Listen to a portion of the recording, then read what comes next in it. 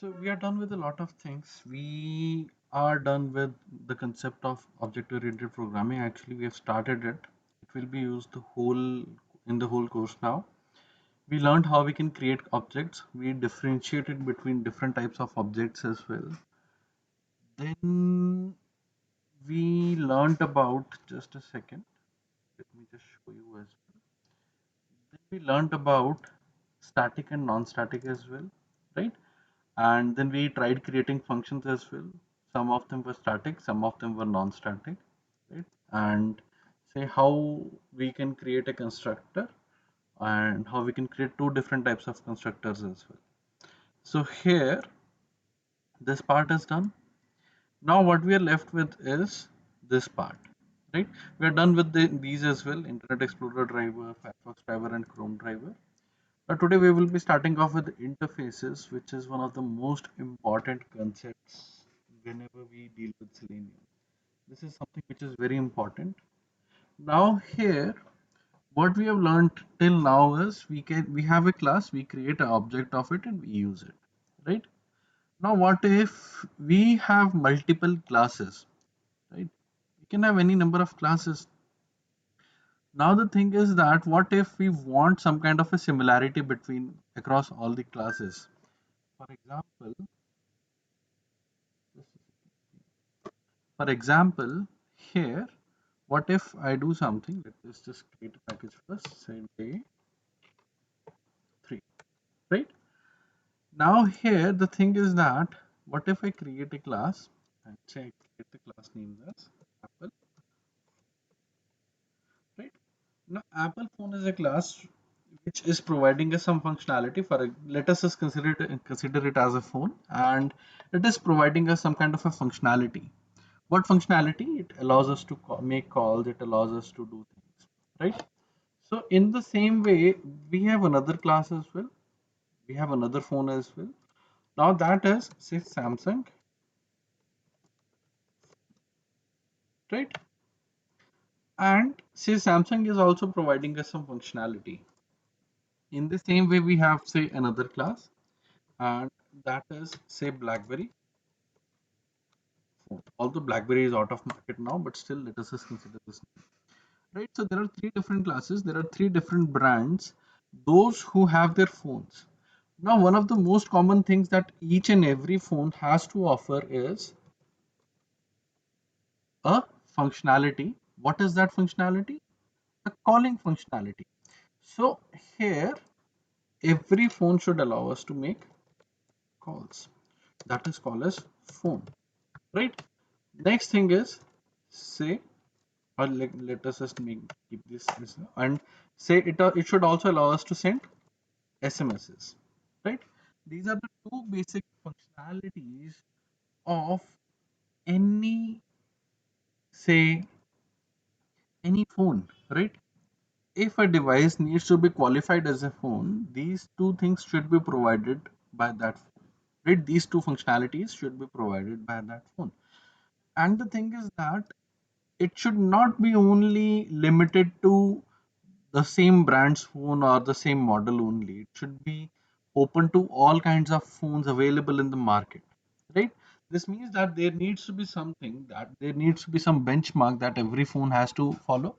There needs to be some protocol that every phone needs to be followed, right? Now the thing is that if we make our phones our own way, the problem is they won't be intercompatible. The calls won't go through, like say from iPhone to a Samsung phone or a OnePlus phone, right? So here what we will be doing is we will be specifying something, we will be creating something that will allow us to specify the basic necessities, right? So there is a say option in new Java class, that is interface. So we will be creating a new interface that will be phone interface. Now here in phone interface, what we will be doing is we will be specifying few things.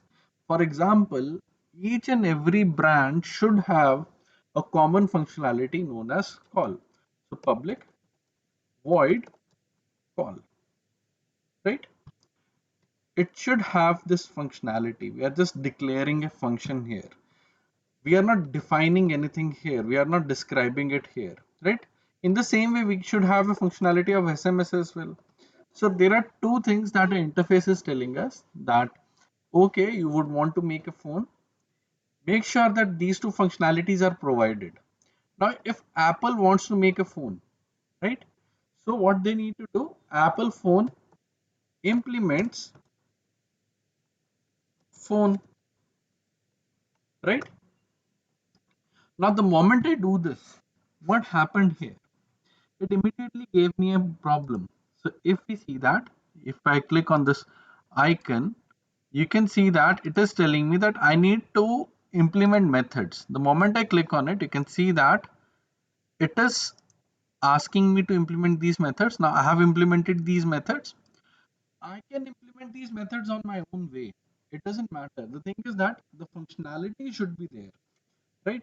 So here, say I call it, say, let us just print out something.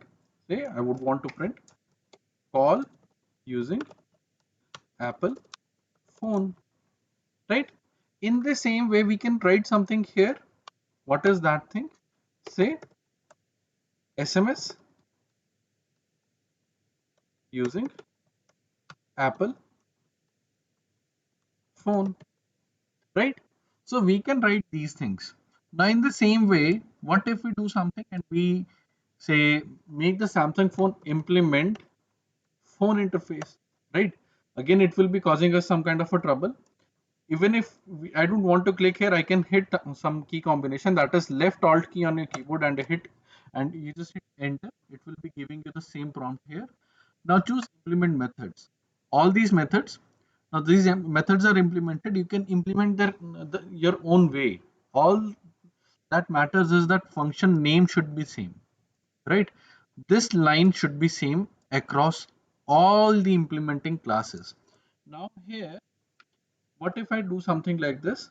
Say, if I print something, say call using, say Samsung phone, right?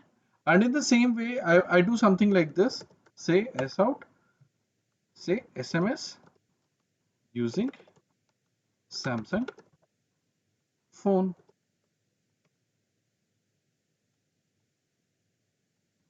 right? This is also done. What about BlackBerry phone? The same way we would be doing this thing here as well. So here, say implements, say phone interface. Once again, the same problem. So let us just implement methods. These are implemented. Now here, say call using BlackBerry phone. And here, say SMS using, say BlackBerry phone. Right? Everything needs to be inside quotes. So let us just specify double quotes. This is done. So here, this part is done. Now, what about trying to use these classes in our, say, code? So let us just do one thing. Let us just create a new Java class that would be test phone, where we would be testing the things now. So what all things we will be testing? Let us just try making some objects of Apple phone or say Samsung phone or BlackBerry phone. So let us just try with Apple phone. Let us just have the main method first. So here Apple phone, say phone equals to new Apple phone. Let us just make this as Apple phone right now. So here Apple phone. Okay. Here I can call these two methods, that is say applephone.call and say applephone.sms. In the same way, can I do something else? Let us just first try running this, then we'll discuss about the other two classes.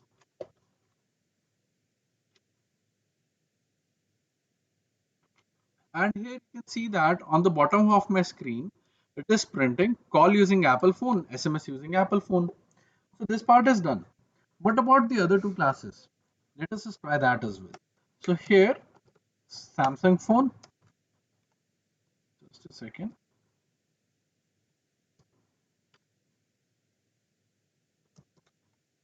not phone, say Samsung phone equals to new Samsung phone.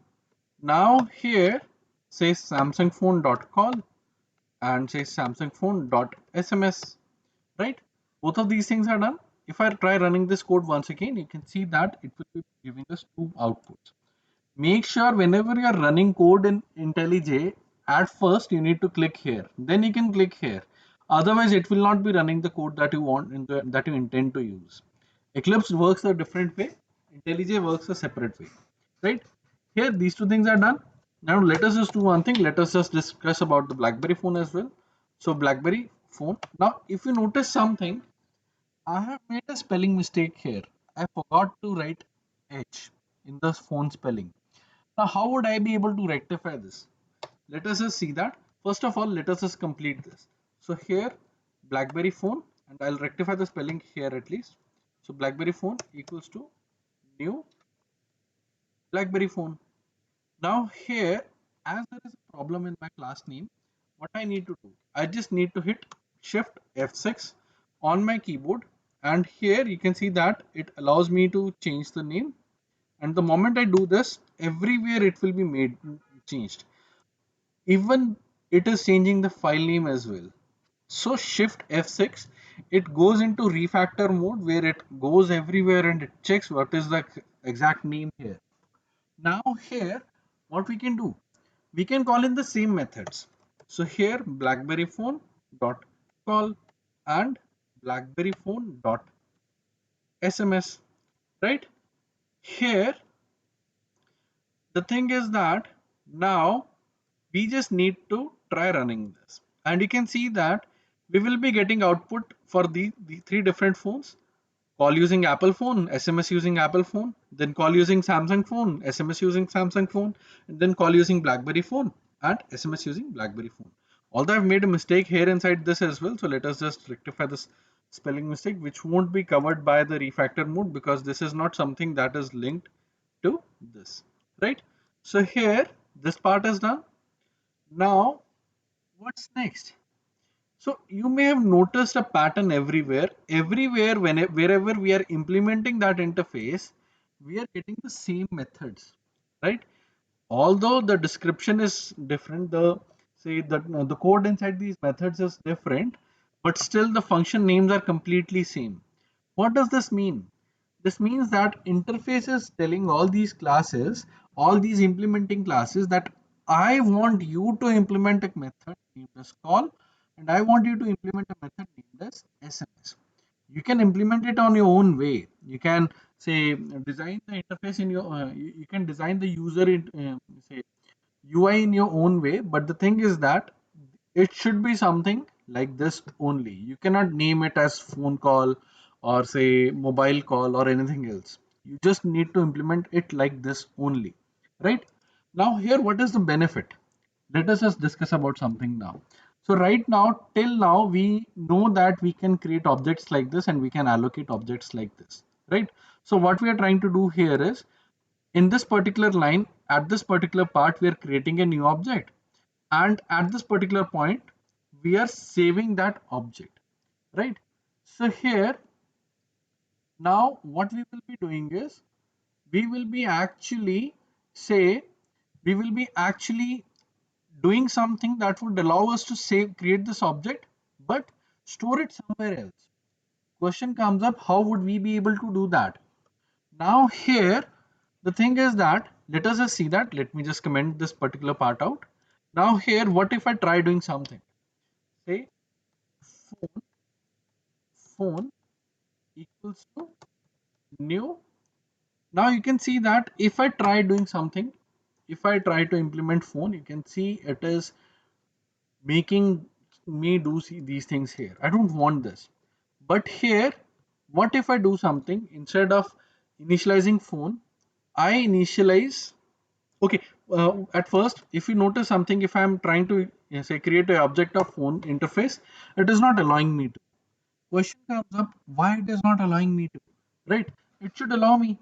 The thing is that we cannot create objects of an interface. We need to do something. We need to create objects of the implementing classes only. So if I try doing something here, say new Apple phone, you can see that there is no problem. Now if I do something, say phone dot call and phone dot SMS. So here you can see that if I run this code, you can see I'm getting the output as call using Apple phone, SMS using Apple phone. How is it even possible? The thing is that here any class which is implementing an interface, right? So what we can do is that we can create a variable from the interface and say we can allocate it an object of the implementing class. So this is something that we are doing here. This is something which is done here. This means that if I make changes in the object, instead of using Apple phone, what if I want to use Samsung phone? Am I able to execute this code? Let us just see that. See, I did not make any change anywhere else. I'm just making the object changed. So instead of using the Samsung phone object, I'm using an object that is I can use any object. See here, if I use BlackBerry phone, you can see that BlackBerry phone will also be executing the same way, and you can see the output here. Call using BlackBerry phone, SMS using BlackBerry phone. See, I can play around with the objects now. I can choose any object I would want to allocate it to. But the thing is that that object which we are creating should have implemented that particular interface. Okay. Now here in our interface, we have two methods. What if my implementing class wants to implement more methods? Say if I go to Apple phone and here I create my own custom method, right? Say public void, say Apple Maps. Now Apple has a feature, Apple Maps, that we may want to use. So here system.out.println, here navigation using Apple Maps, right? So here this part is done. Now what if I use Samsung phone? Samsung phone has also a mapping functionality, but it is say public void say Google Maps, right? Now here it is having a functionality of Google Maps. It does not have say Apple Maps, right? It has its own proprietary maps, that is say Google Maps. So here I can print out something like this: navigation using say Google Maps, right? So here this part is done. Now what if I don't have any such functionality in BlackBerry phone? And if I go to test phone, I'm having BlackBerry phone, so I won't be able to see anything here. You can see that phone dot. I'm just having two options here. Let us just make a change here and try doing something else. Say Apple phone. Now phone dot say Apple Maps should be there. We can see that it is not having, right? Where is the Apple Maps thing now? Now the thing is that Apple Maps is a method which is not defined by the interface. As you can see it over here, we do not have that method here, right? We are not defining that, okay, I want this method. This is a method created and described by Apple phone only. Now to call this, what needs to be done here? We cannot call it something like this. But yes, if we want to make a call from say function call, we can actually use the object variable, right? We can also use a variable of type the class itself. So here Apple phone dot Apple Maps will work, but say phone dot Apple Maps will not work. Why? Because the thing is that this is a method which is not defined by the interface itself. So I can only call those methods. I'm allowed to make a calls to only those methods which are defined by the interface itself. So any method I say come up here, I need to implement those methods in each and every implementing class. Plus, I can call that method as well. But in what case? If my object, say, is being stored in a variable which is of the type interface. Okay, I can play around with the objects. I can create object of any implementing class. It is not limited to Apple phone or Samsung phone only. It can be any implementing class which is implementing the phone interface. Okay, now here this part is done. We're done creating objects, and you can see that if I want to make a call for a proprietary method, I can only make that call if I'm using the variable from the class itself, not from the interface, right? Now, what about Selenium? Can we do something here? What if I would want to say dynamically open the browsers? So let us just create a new class here, say dynamic browsers, right? So here, what we would want to do is, first of all, we would want to have a main method. And here in our main method, I would want to open three different browsers. And the thing is that I would want to open them dynamically, right? But let us just do one thing first. Let us just go to the official documentation of Selenium. So selenium.dev.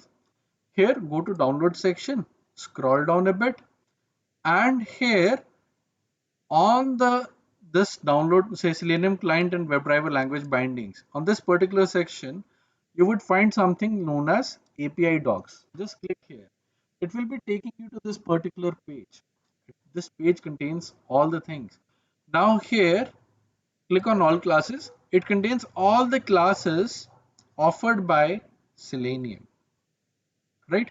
If we keep scrolling down to the bottom, you would find a class named as WebDriver. Actually, it is an interface, right? And here it is, say, it is an interface which defines some standard. And here you can see that all the implementing classes, Chrome driver, Chromium driver, Edge driver, event firing web driver, Firefox driver, Internet Explorer driver, and so on, right? So there are different types of drivers for different types of browsers.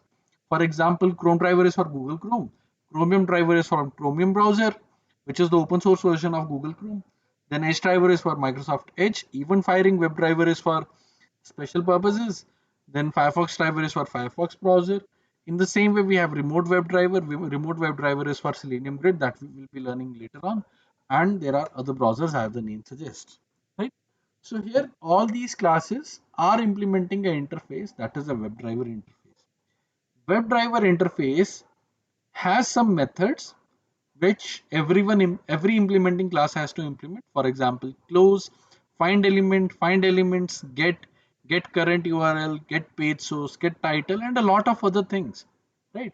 So here, one of the methods that we called up later in the last lecture, that was say driver.get, right?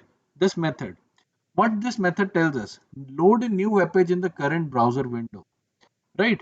So here, the thing is that we can open pages using this particular method, which is which is set by the interface, right? Which is defined by the interface, that I would want to have this method implemented by all the implementing classes, right? Now what if I do something here, instead of Chrome browser, right, Chrome driver, instead of doing something like that, what if I do something, driver equals to new Chrome driver. Now I have three options. I can choose any of the options. And you can see that right now, if I try to run my code, it will not run. Why?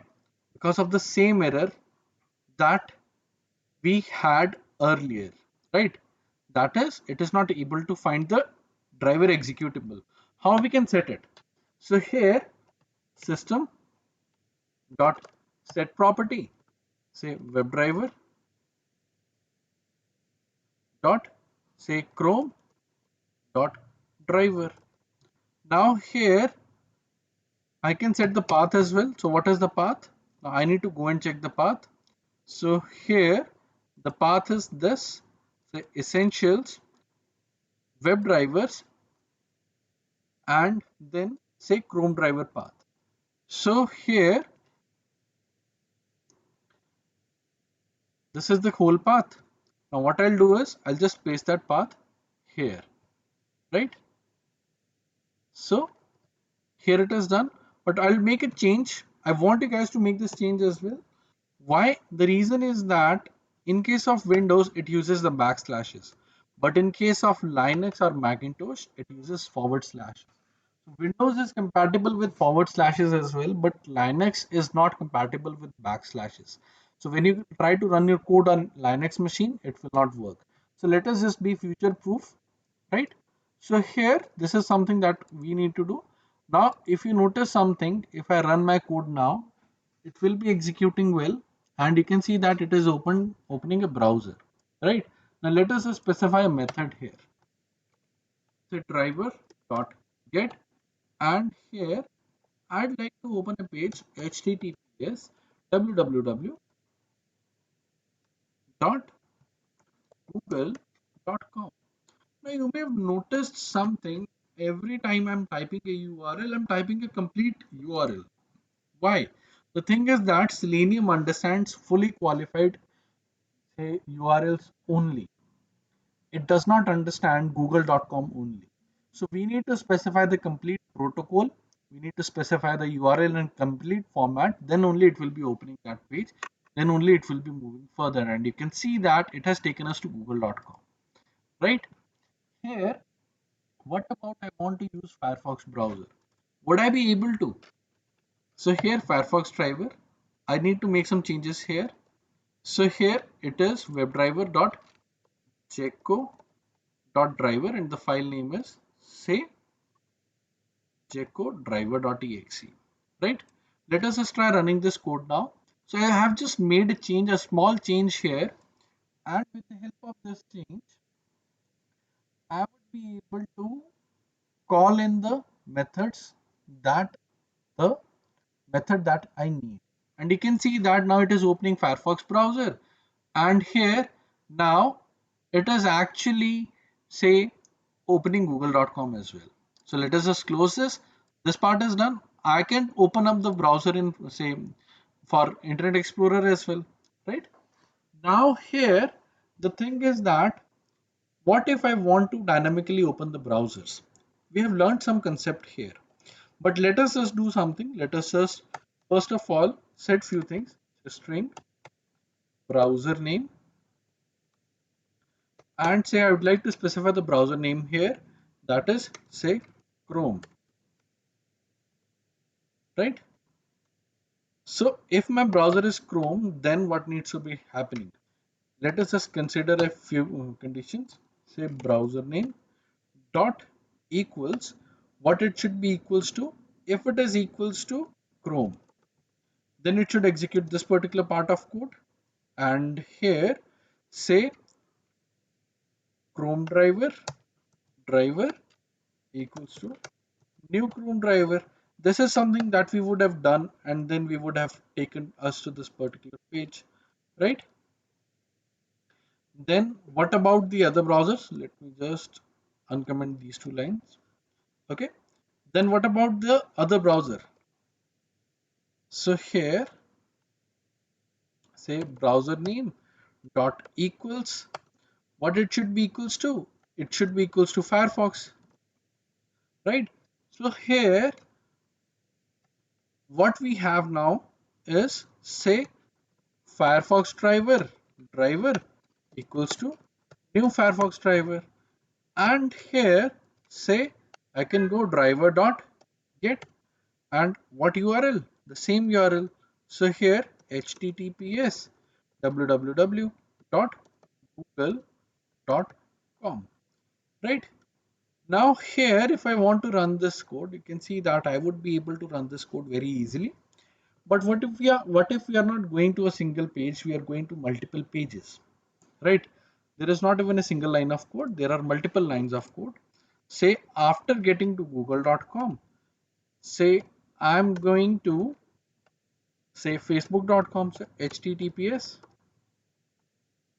www.facebook.com, right?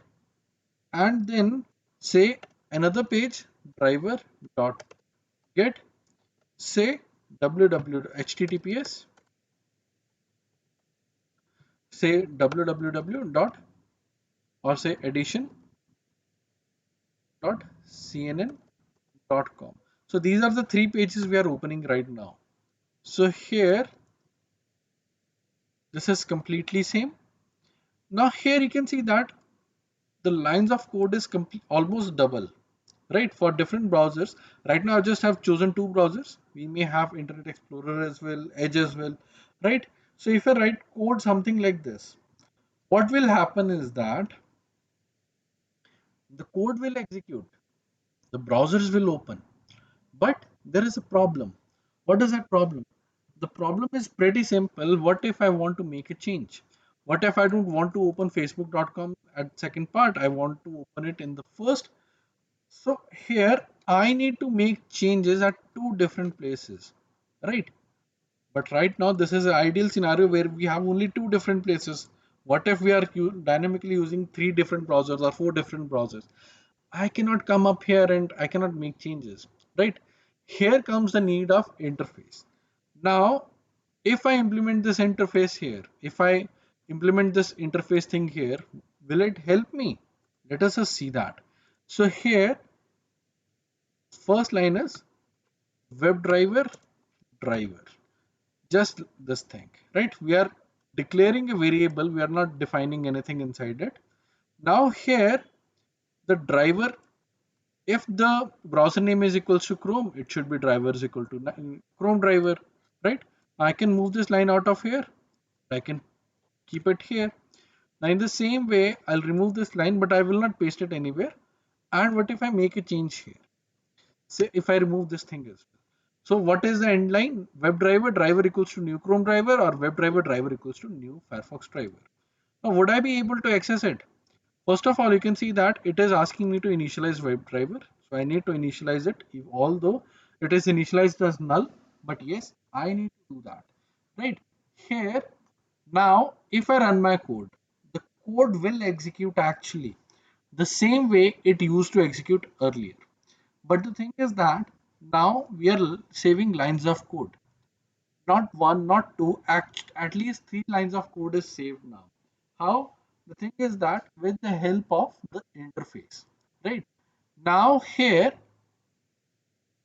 you can see that we are able to do this thing, and you can see that now I'm being taken to cnn.com. What is the last page? cnn.com takes a lot of time to load actually. So this is the last page. We can close the browser instance now. And here, this is done. As you can see on your screen, let me just close this browser instance now. I can dynamically choose the browser. So here instead of Chrome, I would want to use Firefox. So here, let us just run this and let's wait for the program to open. And you can see that it is taking us to these pages. Guys, just wait a minute. I'll be back in a moment.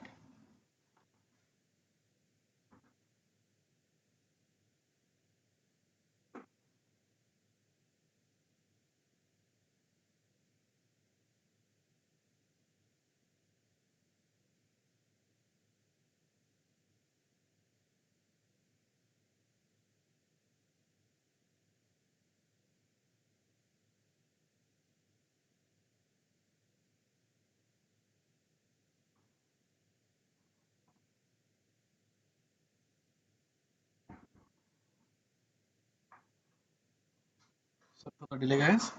So here, now the thing is that the things are executing the same way. The only difference is that now we do not have repeated lines of code. We are saving those lines. I can specify things here. I don't have to worry about different browsers. I don't have to go to different clauses. Say I don't have to go to different if statements and go and check and make those changes accordingly, right? I can just make changes here and everything will be implemented accordingly, right? So this is something that simplifies our problem whenever we have to write some lines of code. What is the benefit? I can call in those methods which are defined by the say interface itself, right?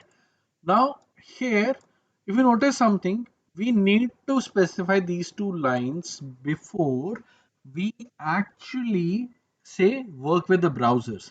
What if we don't want to specify these lines in every program?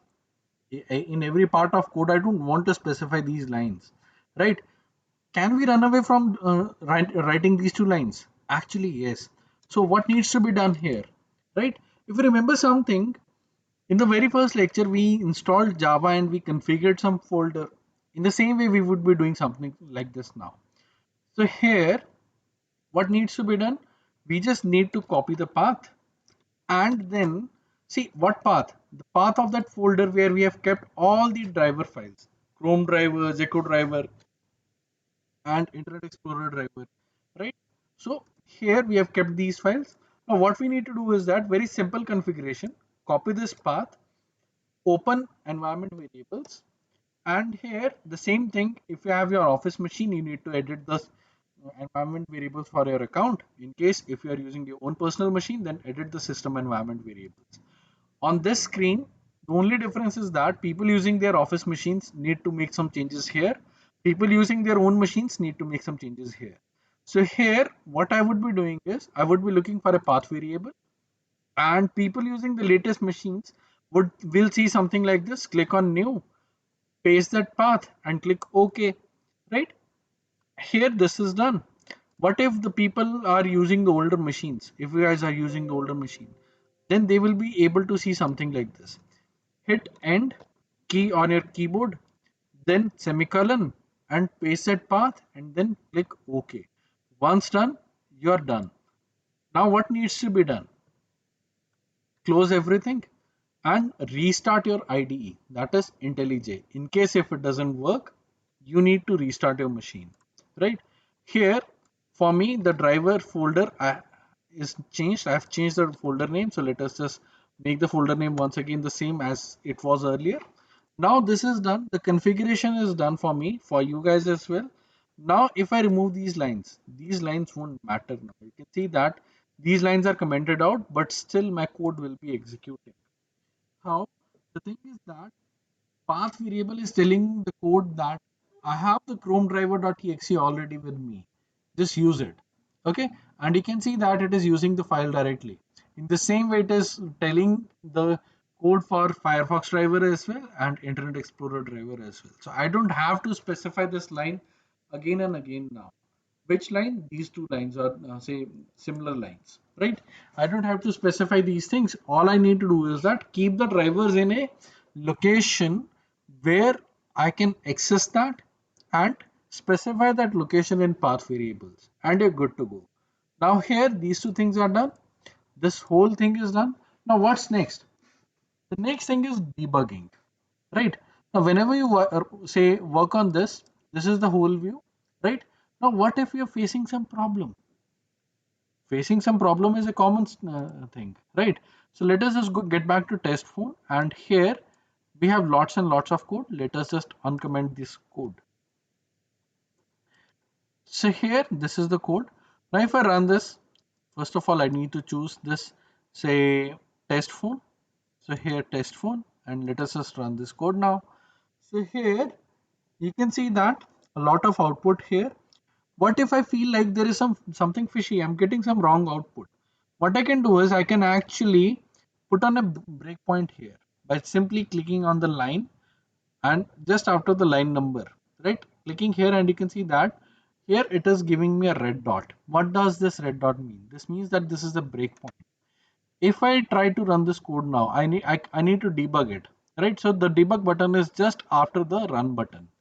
Here, if I click here, you can see that there is an option of debugging as well. So click on this debug phone.main, and you can see that the code started to execute. Here, if we see something, it is showing me the older output. So here you can see that it has paused at this particular location. Call has been executed and SMS is not executed yet, right? So here you can see that the code has paused at this particular location. Now the question comes up, what's next?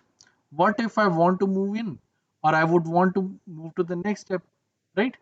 So here I have two options, either F7 or F8. So if I hit F7, what happens? It gets inside that particular function, right, which was being called off.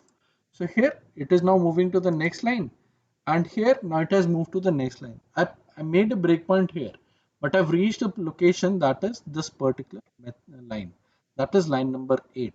If I hit F8, what would happen? It will move to the next line, right?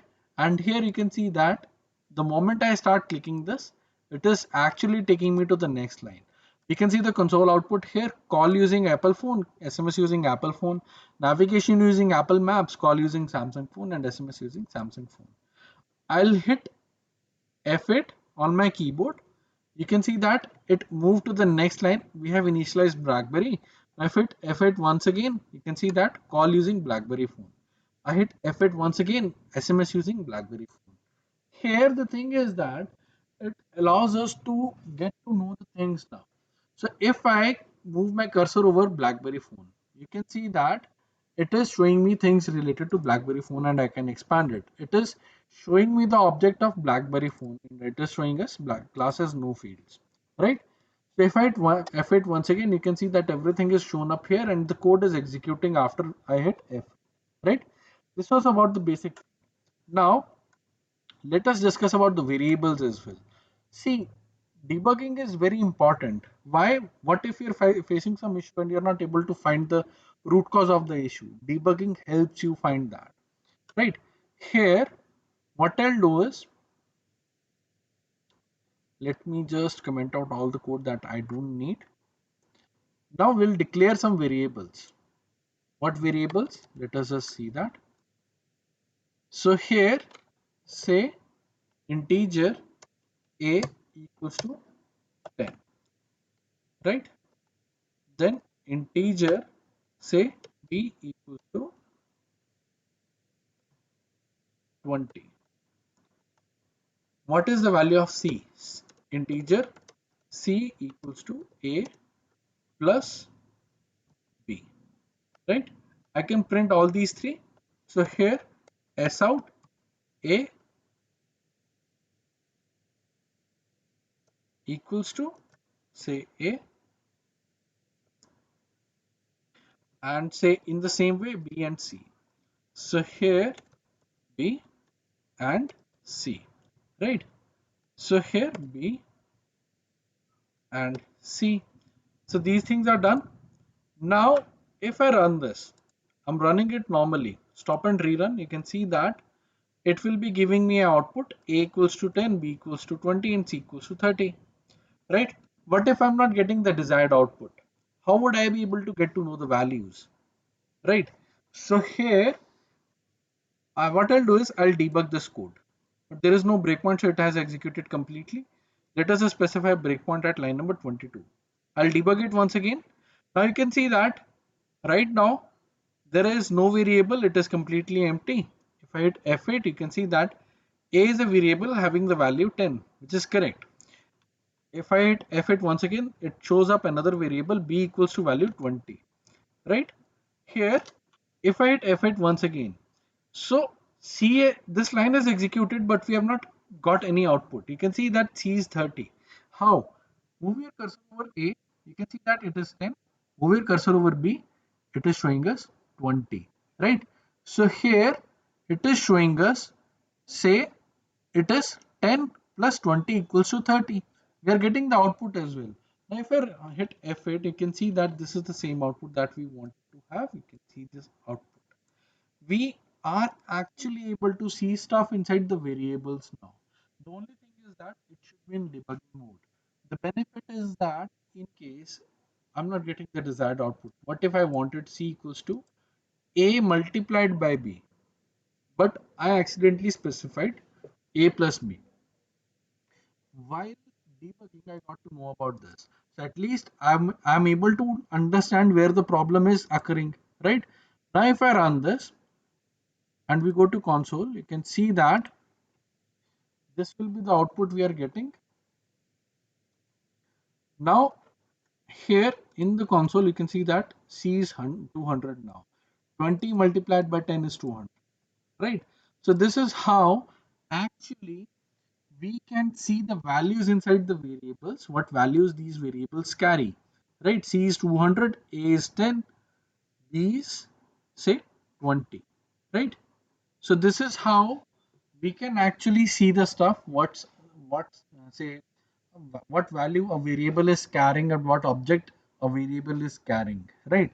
I can simply get into the thing, I can simply get to understand what data is inside there, and I can actually work accordingly. Maybe while writing the code, we may have made a mistake. In this case, if we know how to debug, at least we will be able to understand that problem and we can rectify that problem as soon as possible, right? This was for this. Now what's left? Let us just see the syllabus. So today we are done with the concept of an interface and need of an interface, and we say learned the use of interfaces in Selenium. We used WebDriver interface as well. The next thing is exception handling. We're already done with debugging, right? What if we face a problem, right? What kind of a problem? What if I do something like this, right? Say a is 0 and I specify something like this: c equals to b divided by a, right? Will it execute? Actually, let us just see that. If I try running this, you can see that we are getting an exception. What kind of exception? Exception in the thread main. What is main? Main is our function name, right? So here main from what? Say what kind of exception? Java.lang.arithmetic exception. What this tells us? This means that there is a problem. We are trying to divide by 0, which is an impossible thing, right? Where we are getting this problem? At day 3, testphone.main. So day 3 is our package, testphone is the class name, and main is the method. So at line number 24, if I click it, you can see that at this particular point of time, we are facing an issue. What if we accidentally specified the value of a as 0? Maybe it was 10, right? So if I run this code now, you can see that there won't be any issue. We are getting the output directly. But the thing is that if we are facing some issue, we need to handle that exception as well, right? First of all, we need to get how the exception is coming up, right? So here, this is okay. And you can see that we are getting the exception, say divide by 0. What if this is something which is calculated by the data coming from some other part of execution, some other part of code? Suppose these values are populated from some other part of code, and we are getting this divide by 0 exception. What if I don't want my code to stop at that particular point? Can we do something? Actually, yes, we can do something. Instead of specifying the faulty code like this directly, we will be specifying something like this. Try, say, int c equals to b divided by a. Then here, catch, what catch? Say exception e.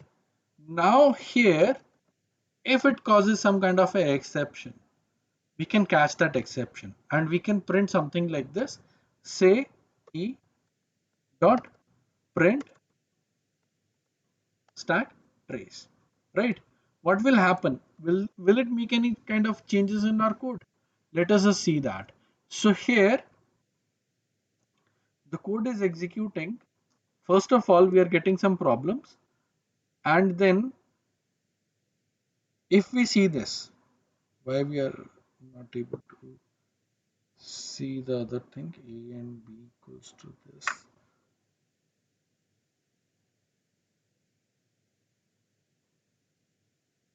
Cannot find symbol c. Okay, it is giving us a problem. What problem it is telling us? That c does not exist. Actually it does not exist because it was declared inside the try catch block only. So int c equals to 0. I'll just consider c as 0 for a while. You can see that now if I run this code, see the calculation failed. At this particular point of time, the calculation has failed. So we are getting the value of c as 0, which is this value. What if I make this calculation go correct? Now if I run this code, you can see that here we are getting the correct output. C equals to 2. I'll make that problem once again, and here you can see that we are getting the output, but the thing is that there is some line as well. There is a problem divide by 0 exception at line number 26. At line number 26, I'm trying to divide by 0 actually, right? So what try catch does is It tries to execute the code. If it runs fine, it is okay. If it doesn't run fine, it catches that problem and provides us the problem as well, but does not stop the code from being executed, right? It simply allows us to run the code the way it was executing earlier.